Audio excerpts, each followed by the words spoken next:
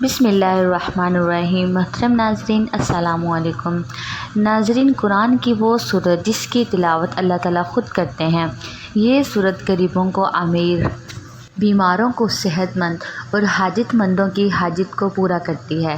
محترم ناظرین، قرآن پاک کی سب سے پرسکون اور آنکھیں روشن کرنے والی سورت، جو بندہ روزانہ اس سورت کو پڑھتا ہے فرشتے اسے گھیر لیتے ہیں۔ یہ سورت غریبوں کو امیر، بیماروں کو صحت مند اور حاجت مندوں کی حاجت کو پورا کرتی ہے۔ محترم ناظرین، قرآن پاک کی بہت ہی پیاری سورت جس کی تلاوت اللہ تعالیٰ خود فرماتے ہیں، جو بندہ روزانہ کسی بھی پریشانی کے لیے پڑھتا ہے، چاہے وہ بیماری ہو، رزق کی پریشانی ہو یا کاروبار کی پریشانی، حتیٰ کہ جس مقصد کے لیے پڑھتا ہے وہ مقصد انشاءاللہ تعالیٰ پورا کیا جاتا ہے، دنیا اور آخرت کی سختیوں سے اسے نجات ملتی ہے۔ ناظرین، یہ سورہ آپ کو اللہ تعالیٰ کے بے حد قریب کر دیتی ہے۔ جس طرح کے آج کل مشکل حالات ہیں، ہر بندہ پریشان ہے، تو جو بندہ ان پریشانیوں سے بچ کر اپنی زندگی میں کامیاب ہونا چاہتا ہے تو اس سورت کو روزانہ ایک مرتبہ لازمی پڑھیں۔ ناظرین، اگر کوئی صبح پڑھے گا تو فرشتے دن بھر اس کی حفاظت کریں گے، اور اگر کوئی رات کو پڑھے گا تو فرشتے ساری رات اس کی حفاظت کریں گے۔ یہ خاندان کے اندرونی عمل کو برقرار رکھنے اور کسی بھی قسم کی تنازعات کو دور رکھنے میں بھی مدد کرتی ہے۔ محترم ناظرین، یہ قرآن پاک کی وہ سورت ہے کہ جس کی تلاوت اللہ تعالیٰ جنت میں خود فرمائیں گے۔ جو شخص اس کی تلاوت کرتا ہے تو اللہ تعالیٰ اس سے بہت خوش ہوں گے اور اسے وہ سب کچھ نوازیں گے جس کی وہ خواہش رکھتا ہے۔ ناظرین، یہ بہت آسان سا عمل ہے، معجزات کو دیکھنے والا عمل ہے۔ یہی خاص عمل ہے جو دولت کو فوری طور پر غیبی طریقے سے آپ کے پاس لانے والا ہے۔ ایسا عمل ہے کہ ایک دن لوگوں نے یہ وظیفہ پڑھا اور صبح رزق کی دولت سے مالا مال ہو گئے۔ گھر میں، کاروبار میں دولت کی ریل پیل ہو گئی۔ دولت کی برسات صبح سے ان کی زندگی میں شروع ہو گئی۔ دولت کی طوفانی بارش برس رہی ہے۔ پورے دن کسی بھی وقت یہ وظیفہ پڑھ کر صبح دیکھنا چاہتے ہو تو 5 منٹ کا یہ عمل کر کے آپ لوگ دیکھ لینا۔ ناظرین، تقدیر کے اگر بند تالے نہ کھل جائیں تو پھر مجھے کہنا۔ تقدیر ایسے طریقے سے کھلے گی کہ آپ لوگ خود مجھے کہو گے کہ ہمارا یہ مسئلہ پیسوں کا تھا، رشتوں کا تھا، تکلیف کا تھا، گھریلو جھگڑوں کا تھا، اس کے علاوہ چاہے جو بھی مسئلہ تھا وہ حل ہو گیا ہے۔ انشاءاللہ آج کا یہ عمل بہت ہی طاقتور عمل ہے۔ بے شک خود آزما کے دیکھ لو۔ آپ خود یہ عمل ایک مرتبہ کر کے دیکھ لو، اپنی آنکھوں سے دیکھنا معجزات کو آتے ہوئے۔ ناظرین، جس کسی بہن بھائی کو یہ وظیفہ جس کسی کو بھی بتایا، اس کی زندگی میں پیسہ تو بے حساب آیا ہی آیا، لیکن پھر اس پیسوں میں اتنی خیر و برکت، فضیلت اور وسعت پیدا ہوئی کہ وہ پیسہ واپس گیا ہی نہیں۔ محترم ناظرین، وہ پیسہ ایسے آیا کہ پھر کبھی گیا ہی نہیں۔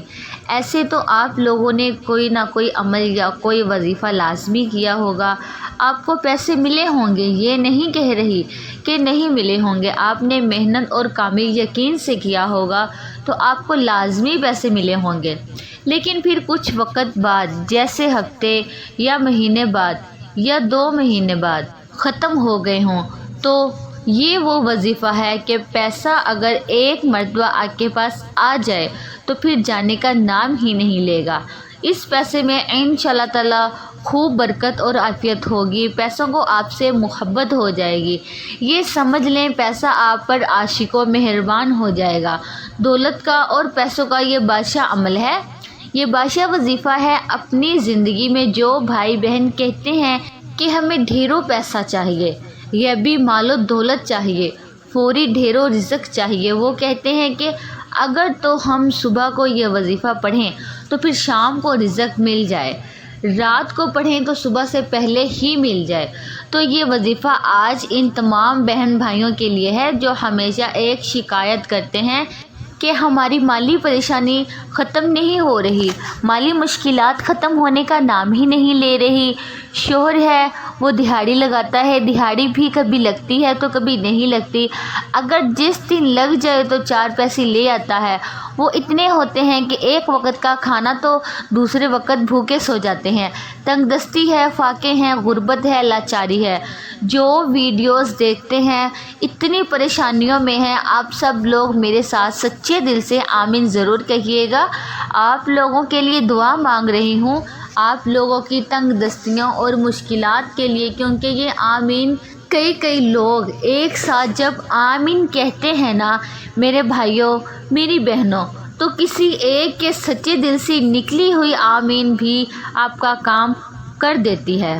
تو ناظرین، سب نے مل کر آمین ضرور کہنا ہے، کمنٹ باکس میں لازمی لکھنا ہے، ٹھیک ہے؟ میں ایک چھوٹی سی دعا کروں گی تمام لوگوں کے لیے، خاص طور پر جو ویڈیو دیکھ رہے ہیں۔ اے اللہ، اے میرے پیارے اللہ پاک، جو بھائی بہن تنگ دست ہے اور غریبی مفلسی میں جی رہے ہیں، ان کے پاس پیسے کی کمی ہے، رزق کی کمی ہے، مال و دول کی کمی ہے، اولاد کی کمی ہے، یا اولاد تو ہے لیکن وہ فرما بردار نہیں ہے، میرے مولا غیب سے ان کو ڈھیروں رزق عطا کر دے، ان کو دولت عطا کر دے، ان کے پاس اتنا پیسہ آ جائے کہ جو میرے بہن بھائی اس وقت یہ ویڈیو دیکھ رہے ہیں، دولت اتنی آ جائے کہ وہ خود محلے بھر میں غریبوں اور مستحق لوگوں میں بانٹ کر تھک جائے، اور پھر بھی سمجھ نہ آئے کہ مزید مستحق افراد کہاں سے دیکھیں، لیکن دولت پھر بھی ختم نہ ہو۔ اے میرے اللہ، جو میرے بھائی بہن پریشان حال میں ہیں، اے میرے مولا پاک تو ان کی بھی مدد کر دے، تمام دنیا کے مسلمانوں کی مدد کر دے، آمین۔ اے اللہ پاک، ہم نے جو کچھ بھی مانگا ہے وہ سب کچھ ہمیں اپنے فضل و کرم سے عطا کر دے، اور جو نہیں بھی مانگ سکے وہ بھی ہمیں عطا کر دے، آمین۔ میرے بھائیوں میری بہنوں، آمین لازمی کہیے گا۔ جو آپ کو ابھی بتانے لگی ہوں ناظرین، یہ وظیفہ آپ نے اللہ تعالیٰ پر پورا یقین اور اپنے اللہ سے امید رکھتے ہوئے کرنا ہے۔ کسی بھی صورت آپ کو مایوس نہیں ہونا، کیونکہ اچھے اور برے حالات ہمیشہ کے لیے نہیں ہوتے، اس لیے آپ نے نا امیدی کا شکار نہیں ہونا، کیونکہ زندگی بھی عجیب ہے۔ کبھی کبھی یہ اتنی خوبصورت لگتی ہے کہ جی چاہتا ہے کہ ہمارا ناطہ ہمیشہ کے لیے زندگی سے جڑا رہے، کبھی بھی یہ ناطہ نہ ٹوٹے، اور کبھی جب زندگی ہماری امیدوں اور توقعات پوری کرنے میں ناکام رہتی ہے تو دل کرتا ہے کہ یہ زندگی جلد ہی ختم ہو جائے، مگر یہ حقیقت ہے کہ دکھ اور درد میں وقت طویل سے طویل تر ہو جاتا ہے۔ اسی طویل سفر سے انسان ہار کر مایوسی کا شکار ہو جاتا ہے۔ انسان خود بھی سمجھ نہیں پاتا کہ آخر اس ساری صورتحال سے کیسے نمٹتا ہے۔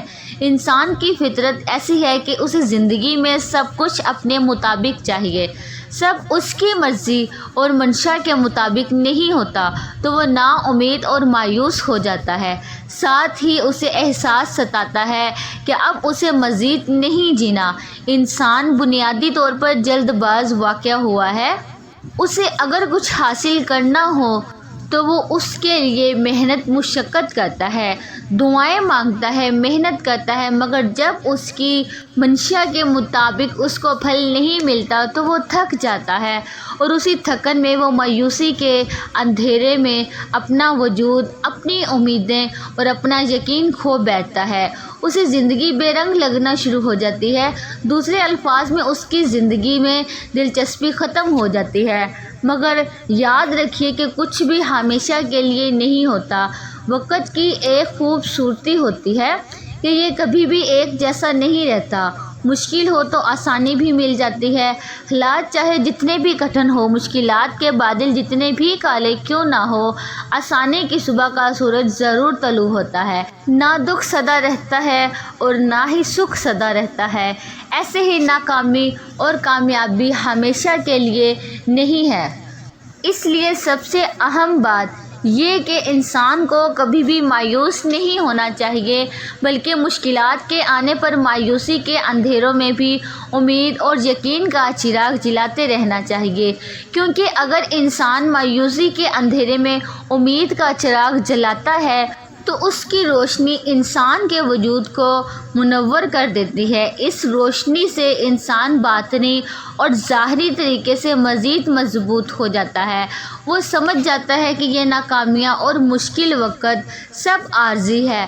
وہ اس حقیقت سے آشنا ہو جاتا ہے کہ یہ زوال، یہ مشکلات سب انسان کی ہمت کو جانچنے کے لیے قدرت نے پیمانے بنائے ہوئے ہیں، کیونکہ یہ بھی حقیقت ہے کہ انسان اپنی فتح اور کامیابی سے اتنا مضبوط نہیں ہوتا جتنا وہ اپنے زوال اور ناکامی سے مضبوط ہو جاتا ہے۔ حقیقت میں مشکل اور نامساعد حالات میں انسان کو اپنی خود کی پہچان ہوتی ہے اور اسی عمل میں اسے اپنے وجود کا ادراک ہوتا ہے۔ انسان اپنی چھپی ہوئی خوبیوں کو جانچنے کے لیے مزید مضبوط ہو جاتا ہے۔ اسے اپنے سے وابستہ رشتوں کی پہچان بھی ہوتی ہے۔ وہ آسانی سے جان لیتا ہے کہ کون اس کے ساتھ مخلص ہے اور کون نہیں ہے۔ انسان کے لیے مشکل وقت گزارنا بہت مشکل ہے، اور اس وقت کو مزید مشکل انسان کے اپنے منفی خیالات بناتے ہیں۔ انسان اپنی حقیقت میں اپنے خیالات کے ذریعے ہی یرغمال بن جاتا ہے، اور وہ سمجھتا ہے کہ وہ زندگی کی دوڑ سے باہر ہو گیا ہے۔ اس کے دیگر ساتھی بہت آگے نکل چکے ہیں اور وہ سب سے پیچھے اور سب ہار گیا ہے۔ محترم ناظرین، منفی خیالات صورتحال کو مزید پیچیدہ کر دیتے ہیں اور انسان کی سوچ کو مزید الجھا دیتے ہیں۔ اس لیے اگر مشکل حالات آ جائیں تو سب سے پہلے اپنے خیالات کو مثبت رکھیں۔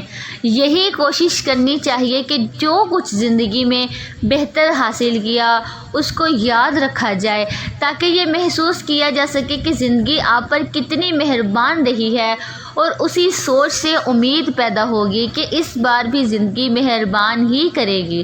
ساتھ میں یہ سوچ بھی مضبوط رکھنی چاہیے کہ ہر طوفان آپ کی زندگی کو تباہ کرنے کے لیے نہیں آتا، کچھ طوفان آپ کے راستے صاف کرنے کے لیے بھی آتا ہے۔ امید کے ساتھ یقین بھی ہونا چاہیے کہ جب رب نے اس دنیا میں بھی بھیجا ہے وہ کبھی بھی ہم سے غافل نہیں ہوتا۔ رب نے قرآن پاک میں بھی انسان سے کچھ وعدے کیے ہیں، اور بے شک اس کے سب وعدے سچ ہیں، اور بے شک اس کے سوا کوئی معبود نہیں ہے۔ قرآن پاک میں ہے کہ ہر مشکل کے بعد آسانی ہے۔ پھر فرمایا کہ انسان کی ہمت سے زیادہ اس پر بوجھ نہیں ڈالا جاتا۔ اس لیے انسان جب امید اور یقین کا دامن تھام لیتا ہے تو یہ احساس اس کے وجود میں گھر کر جاتا ہے کہ امید اور یقین میں وہ واحد سہارے ہیں جن کے ذریعے وہ اپنے مشکل اور ناپسندیدہ حالات سے نکلنے میں کامیاب ہو جاتا ہے۔ حقیقت میں امید اور یقین کا چراغ بہت ہی خوبصورت اور قیمتی چیز ہے۔ یقین جانے یہ چراغ ایسا ہے کہ جو کسی بھی مردہ وجود اور بے جان خواہشات کے اندر ایک نئی روح پھونک دیتا ہے۔ اس چراغ کی روشنی اتنی خوبصورت اور معطر ہے کہ انسان اس کی خوشبو سے خود کو پر نور محسوس کرتا ہے، کیونکہ اس کی روشنی اپنے اندر ایک خاص جادوئی طاقت رکھتی ہے، اور اس جادوئی طاقت کے ذریعے انسان کی سب مایوسی اور پریشانی ختم ہو جاتی ہے۔ ناظرین، اس لیے مشکل حالات کو اپنے رویے سے مشکل ترین نہ بنائیں، بلکہ امید اور یقین کو تھام کر رکھیں تو ہر مشکل سفر بآسانی کر سکیں گے، کیونکہ قرآن پاک میں ارشاد ہوا ہے، ترجمہ کہ تم فرماؤ، اے میرے وہ بندو جنہوں نے اپنی جانوں پر زیادتی کی، اللہ کی رحمت سے نا امید نہ ہو، بے شک اللہ سب گناہ بخش دیتا ہے، بے شک وہی بخشنے والا مہربان ہے۔ اس میں اللہ تعالیٰ نے بندوں پر اپنی کامل رحمت، فضل اور احسان کا بیان فرمایا ہے۔ چنانچہ ارشاد فرمایا کہ اے حبیب صلی اللہ علیہ وآلہ وسلم، آپ فرما دیں کہ جب اللہ تعالیٰ ارشاد فرماتا ہے، اے میرے وہ بندو جنہوں نے کفر اور گناہوں میں مبتلا ہو کر اپنی جانوں پر زیادتی کی، تم اللہ تعالیٰ کی رحمت سے مایوس نہ ہونا، اور یہ خیال نہ رکھنا کہ ایمان قبول کر لینے کے بعد سابقہ کفر و شرک پر تمہارا مواخذ ہوگا۔ بے شک اللہ تعالیٰ اس کے سب گناہ بخش دیتا ہے جو اپنے کفر سے باز آ جائے اور اپنے گناہوں سے سچی توبہ کر لے۔ بے شک وہی گناہوں پر پردہ ڈال کر بخشنے والا اور مصیبتوں کو دور کر کے مہربانی فرمانے والا ہے۔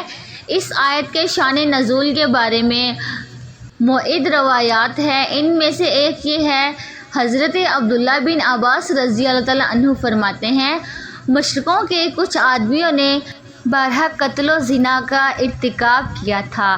یہ لوگ نبی کریم صلی اللہ علیہ وآلہ وسلم کی بارگاہ میں حاضر ہوئے اور کہنے لگے کہ جو کچھ آپ فرماتے ہیں وہ باتیں تو بہت اچھی ہیں، لیکن ہمیں یہ تو معلوم ہو جائے کہ کیا ہمارے اتنے سارے گناہوں کا کفارہ ہو سکتا ہے کہ نہیں۔ اس پر یہ آیت نازل ہوئی، اور وہ جو اللہ کے ساتھ کسی دوسرے معبود کی عبادت نہیں کرتے اور جان کو ناحق قتل نہیں کرتے جسے اللہ نے حرام فرمایا ہے اور بدکاری نہیں کرتے۔ اور یہ آیت نازل ہوئی۔ ترجمہ کنز العرفان۔ تم فرماؤ، اے میرے وہ بندو جنہوں نے اپنی جانوں پر زیادتی کی، اللہ کی رحمت سے مایوس نہ ہونا۔ اس لیے ہمیں اللہ تعالیٰ کی رحمت اور مغفرت سے مایوس نہیں ہونا چاہیے۔ اس آیت سے معلوم ہوا کہ بندے سے اگرچہ بڑے بڑے اور بے شمار گناہ ہوئے ہیں، لیکن اسے اللہ تعالیٰ کی رحمت اور مغفرت سے مایوس نہیں ہونا چاہیے، کیونکہ اللہ تعالیٰ کی رحمت بے انتہا وسیع اور اس کی بارگاہ میں توبہ کی قبولیت کا دروازہ تب تک کھلا ہے جب تک بندہ اپنی موت کے وقت گرگرا کی حالت کو نہیں پہنچ جاتا۔ اس وقت سے پہلے بندہ جب بھی اللہ تعالیٰ کی بارگاہ میں اپنے گناہوں کی سچی توبہ کر لے گا تو اللہ تعالیٰ اپنے فضل و رحمت اس کی توبہ قبول کرتے ہوئے اس کے سب گناہ معاف فرما دے گا۔ اللہ تعالیٰ کی رحمت اور مغفرت کی تو کیا ہی بات ہے۔ چنانچہ حضرت انس بن مالک رضی اللہ تعالیٰ عنہ سے روایت ہے، نبی کریم صلی اللہ علیہ وآلہ وسلم نے فرمایا، اللہ تعالیٰ ارشاد فرماتا ہے، اے انسان، جب تک تو مجھ سے دعا کرتا ہے اور امید رکھتا ہے اور رکھتا رہے گا، میں تیرے گناہ بخشتا رہوں گا، چاہے تجھ میں کتنے ہی گناہ ہوں، مجھے کوئی پرواہ نہیں۔ اے انسان، اگر تیرے گناہ آسمان تک پہنچ جائیں پھر تو بخشش مانگے تو میں بخش دوں گا، مجھے کوئی پرواہ نہیں۔ اے انسان، اگر تو زمین پر گناہ بھی میرے پاس لے کر آئے لیکن تو نے شرک نہ کیا ہو تو میں تمہیں اس کے برابر بخش دوں گا۔ اس آیت کا مفہوم مزید وضاحت سے سمجھنے کے لیے امام غزالی رحمۃ اللہ علیہ کا یہ کلام ملاحظ فرمائیں، جو شخص گناہوں میں ڈوبا ہوا ہے، جب اس کے دل میں یہ خیال پیدا ہو تو شیطان اس سے کہتا ہے کہ تمہاری توبہ کیسے قبول ہو سکتی ہے۔ وہ یہ کہہ کر اسے اللہ تعالیٰ کی رحمت سے مایوس کر دیتا ہے۔ تو اس صورت میں ضروری ہے کہ مایوسی کو دور کر کے امید رکھے اور اس بات کو یاد رکھے کہ اللہ تعالیٰ تمام گناہوں کو بخشنے والا ہے، اور بے شک اللہ تعالیٰ کریم جو بندوں کی توبہ قبول کرتا ہے۔ نیز توبہ ایسی عبادت ہے جو گناہوں کو مٹا دیتی ہے۔ انشاءاللہ آپ کے حالات ضرور بدلے گا اللہ تعالیٰ، اور آپ کی تمام مصیبتیں اور پریشانی دور کر دے گا، کیونکہ اللہ تعالیٰ کی رحمت بے مثال ہے۔ حضرت عبداللہ بن عباس رضی اللہ تعالیٰ عنہ کے رسول اللہ صلی اللہ علیہ وسلم نے فرمایا، اللہ تعالیٰ نے اپنے فرشتوں کو نیکیاں اور برائیاں لکھنے کا حکم دیا۔ اس طرح کے شخص نیکی کا ارادہ کرے اور اس پر عمل نہ کر سکے، اللہ تعالیٰ اسے ایک پوری نیکی شمار کر لیتا ہے، اور جو شخص نیکی کا ارادہ کر کے اس پر عمل کرے اس کے حساب میں ایک ایک نیکی کے بدلے 10 نیکیاں بلکہ 700 نیکیاں اور اس سے بھی زیادہ لکھی جاتی ہیں۔ اور جو شخص برائی کا ارادہ کرے اور برائی عمل میں نہ لا سکے اللہ کے خوف سے یا کسی اور وجہ سے، تو خداوند اللہ تعالیٰ اپنے ہاں اس کے حساب میں ایک پوری نیکی لکھ دیتا ہے۔ اور جو شخص برائی کا ارادہ کر کے اسے عمل میں بھی لائے تو صرف ایک برائی اس کے نامہ اعمال میں لکھی جاتی ہے۔ اللہ تعالیٰ جس طرح اپنی ذات میں بے مثل اور بے مثال ہے، اس طرح اس کی ہر صفت ازلی و ابدی اور لامحدود ہے، تاہم اس کی صفت رحمت سب سے بڑھ کر ہے۔ قرآن مجید میں ارشاد ہے، میری رحمت وسیع ہے ہر شے پر۔ حاملین عرش مومنین کے حق میں اللہ کے حضور بخشش کی دعا کرتے وقت کہتے ہیں، اے پروردگار تیری رحمت ہر چیز پر پھیلی ہوئی ہے، بس تو بخش دے ان لوگوں کو جو توبہ کرے۔ اللہ تعالیٰ اپنے بندوں پر مہربان ہے، وہ بندہ بندوں کی خطائیں معاف کرنا چاہتا ہے اور نیک کاموں پر زیادہ سے زیادہ ثواب دیتا ہے۔ ارشاد باری تعالیٰ ہے، جو کوئی ایک نیکی لاتا ہے اس کے لیے 10 گنا اجر ہے، اور جو کوئی ایک برائی لاتا ہے تو اسے بس اس کی جزا ملے گی اور لوگوں پر ظلم نہیں کیا جائے گا۔ اللہ تعالیٰ اپنے بندوں پر بے حد مہربان ہے، بس اس کی رحمت کا دروازہ کھٹکھٹانے کی ضرورت ہے۔ ایک حدیث میں ہے کہ اللہ تعالیٰ کے پاس جو 100 رحمتیں ہیں، ان میں سے ایک رحمت اس نے جس انسان جو پائے اور زہریلے جانوروں میں بھیجی ہے، اس رحمت کے سبب سے وہ آپس میں پیار، محبت اور مہربانی کرتے ہیں، جبکہ 99 رحمتوں کو اللہ تعالیٰ نے قیامت کے لیے اٹھا رکھا ہے کہ وہ ان سے اس دن اپنے بندوں پر رحم کرے گا۔ ایک روایت میں ہے کہ ایک شخص جس نے کبھی کوئی نیک کام نہیں کیا تھا، موت کے وقت اپنے گھر والوں سے کہا کہ جب میں مر جاؤں تو مجھے جلا دینا، پھر آدھی راکھ جنگل میں اڑا دینا اور آدھی دریا میں بہا دینا۔ خدا کی قسم اگر اللہ نے مجھ پر قابو پا لیا تو وہ مجھے ایسا عذاب دے گا جیسا دنیا میں پہلے کبھی کسی کو نہ دیا ہوگا۔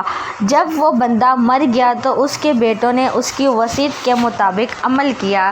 اللہ تعالیٰ نے دریا کو حکم دیا اور اس کے اندر کی راکھ جمع کی، پھر جنگل کو حکم دیا اور اس کے اندر کی راکھ جمع کی۔ پھر اللہ تعالیٰ نے اس سے پوچھا، تو نے ایسا کیوں کیا؟ اس نے عرض کیا، پروردگار تیرے خوف سے، اور تو یہ بات خوب جانتا ہے کہ اس پر اللہ نے اسے بخش دیا۔ اگرچہ اس شخص کی وصیت غلط تھی، مگر اللہ تعالیٰ نے اس خوف کی وجہ سے اسے بخش دیا جو اسے قیامت کے دن اللہ کے سامنے کھڑا ہونے سے تھا۔ بس اللہ تعالیٰ سے خوف کھانا اللہ کی رحمت کو متوجہ کرتا۔ تو ناظرین، آپ نے بھی اپنے رب پر توکل کرتے ہوئے یہ عمل کرنا ہے۔ آج ایک ایسا عمل کرنا ہے، ایسا وظیفہ کرنا ہے جس سے گھر کے اندر رزق کی فراوانی ہو، اتنا رزق ملے گا کہ نصیب بدل جائے گا، اور یہ آزمودہ وظیفہ آج بتا رہی ہوں۔ ناظرین، اگر اللہ کے نام پر صدقہ کر دیا جائے اچھی اور پیاری چیز کا، تو کیا یہ ممکن ہے کہ پھر اللہ کی مدد نہ آئے؟ ممکن ہی نہیں۔ اصل صدقہ وہی ہوتا ہے جو اچھی چیز کا ہو، اصل صدقہ وہی ہوتا ہے۔ اللہ تعالیٰ تو آپ کے دلوں کو جانتا ہے نا، بس دل کے اندر کیا ہے۔ اگر دل کے اندر اچھائی ہوگی، خلوص ہوگا، محبت ہوگی، اخلاص ہوگا، تو فیصلے تو اس پر ہوگے، اور تو کسی چیز پر نہیں ہے۔ تو میٹھی چیز اور وہ چیز جس پر آپ کی محنت ہو، آپ بھی یقین کرتے ہوں گے صدقے میں میٹھی چیز سے مراد یہ ہوتا ہے کہ آپ چینی بھی دے سکتے ہیں، اس کے علاوہ اور بھی کافی چیزیں ہوتی ہیں، دکانوں سے مل جاتی ہیں، تو آپ ان میں سے کوئی بھی لے سکتے ہیں، لیکن اس میں یہ ہوگا کہ اگر سب سے اچھی چیز دو گے تو اس کا نتیجہ بھی اچھا ہوگا۔ دل تو مطمئن ہونا چاہیے کہ میں اچھی چیز دے رہی ہوں یا دے رہا ہوں۔ اگر آپ کا دل مطمئن ہوگا اور آپ کو یقین ہوگا کہ میں اچھی چیز دے رہا ہوں یا دے رہی ہوں، وہی زیادہ مؤثر ہوگی اور زیادہ اچھا نتیجہ ملے گا اور وظیفہ بہترین اثر انداز ہوگا، کیونکہ اگر جان اور مال لگے تو پھر قدر بھی ہوتی ہے، اس کی عزت بھی ہوتی ہے، اس کے دل کے اندر کچھ احساسات بھی ہوتے ہیں۔ اگر عام ہی چیز ہو، آپ کا زور بھی نہ لگے، تو یہ پھر ایسی چیز نہیں کہ تو اللہ کے راستے پر دینا بھی ہو، تو اللہ کے راستے پر آپ چھولے دیں، کوئی سستی چیزیں دیں جو گھٹیا ترین ہوتی ہیں آپ کی نظر میں۔ ناظرین، گھٹیا تو کوئی نہیں ہے، لیکن ویسے اگر آپ خود کھائیں تو آپ اچھی چیز کھائیں اور دوسروں کو ایسی چیز دیں جو قابل استعمال نہ ہو، تو یہ فرق تو نہیں ہونا چاہیے۔ جو خود کھاتے ہو وہی اللہ کی راہ میں بھی دو، یہ اصل چیز ہوتی ہے۔ اللہ نے وہ چیز نہیں دیکھنی، آپ کا اخلاص دیکھنا ہے، آپ کا ایمان اور یقین دیکھنا ہے کہ اس کے اندر خلوص کتنا ہے۔ کہ اخلاص کتنا ہے، محبت کتنی ہے، اس کے اندر میرے لیے پیار کتنا ہے، تو ان چیزوں کو ملحوظ خاطر رکھ کے عمل کیا کرو۔ تو ناظرین، وقت کی نزاکت کو مد نظر رکھتے ہوئے اب ہم وظیفے کی طرف چلتے ہیں۔ کوئی بھی وظیفہ شروع کرنے سے پہلے درود پاک لازمی پڑھا کریں، کیونکہ درود پاک پڑھنے کی بہت سی فضیلت اور برکات ہیں۔ درود پاک پڑھتے رہنے سے انسان کی دنیا اور آخرت میں دونوں سنور جاتے ہیں۔ تو سب سے پہلے 11 مرتبہ درود پاک پڑھنا ہے، درود ابراہیمی جو نماز کے اندر بھی پڑھا جاتا ہے۔ محترم ناظرین، قرآن کی وہ سورت جس کی تلاوت کرنے سے غریب امیر ہو جاتا ہے، بیمار صحت مند ہو جاتا ہے، حاجت مندوں کی حاجت پوری ہو جاتی ہے، تو وہ سورت ہے سورۃ رحمان۔ 27ویں پارے کی بہت ہی پیاری سورت ہے۔ سورۃ الرحمن اللہ کے خوبصورت ناموں میں سے ایک نام ہے، جس کا مطلب ہے رحم کرنے والا۔ جو بندہ روزانہ صبح شام یہ سورت پڑھے گا، انشاءاللہ پورا سال اللہ پاک اس پر رحم فرمائیں گے۔ جس پر اللہ پاک رحم فرما دے اس پر پوری دنیا رحم کرتی ہے، پوری دنیا اس سے پیار کرتی ہے۔ جو مانگو گے میرا مالک وہ عطا کرے گا۔ تو آپ سب بھی سورہ رحمان صبح شام تلاوت لازمی کیا کریں۔ جو پڑھ نہیں سکتا وہ صرف سن لیا کرے، انشاءاللہ سن کر بھی بہت سکون ملتا ہے۔ تو یہ عمل آپ نے لازمی کرنا ہے۔ دیکھنا کیسے اللہ تعالیٰ آپ کے نصیبوں کو کھول دے گا، آپ کے رزق کے بند دروازوں کو کھول دے گا۔ آپ کو اللہ پاک وہاں سے رزق عطا کرے گا جہاں سے آپ تصور بھی نہیں کر سکتے۔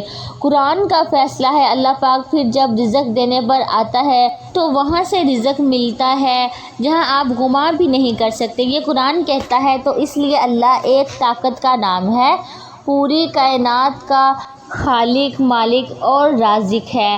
اللہ وہ ہے جس نے ہم سب کو بنایا۔ یہ طاقت ہے میرے اللہ کی کہ آدم علیہ السلام سے لے کر کتنی کائنات کو بنایا۔ 18,000 مخلوق اس کائنات میں، اور ساری مخلوقات میں سے سب سے افضل، سب سے اعلیٰ انسان ہے۔ شان رتبے کے لحاظ سے، عزت کے لحاظ سے اس کی قدر و قیمت ہے، اور اللہ کو سب سے زیادہ پیار اپنے اس بندے سے ہے۔ تو آپ کو بھی پیار ہونا چاہیے، آپ کو بھی محبت ہونی چاہیے، آپ کو بھی اللہ سے عشق ہونا چاہیے۔ دنیا میں ایک دوسرے سے لوگ کرتے ہیں، یہ جھوٹا ہے، اصل وہ ہے جس سے منزل ملتی ہے۔ اللہ رب العزت ہم سب کو عمل کی توفیق عطا فرمائے، آمین۔ ناظرین، گزارش ہے کہ اللہ تعالیٰ کے 99 ناموں میں سے کوئی ایک نام کمنٹ میں لکھ کے ضرور شیئر کریں۔ اللہ ہم سب کا حامی و ناصر ہو، آمین۔ السلام علیکم ورحمۃ اللہ وبرکاتہ۔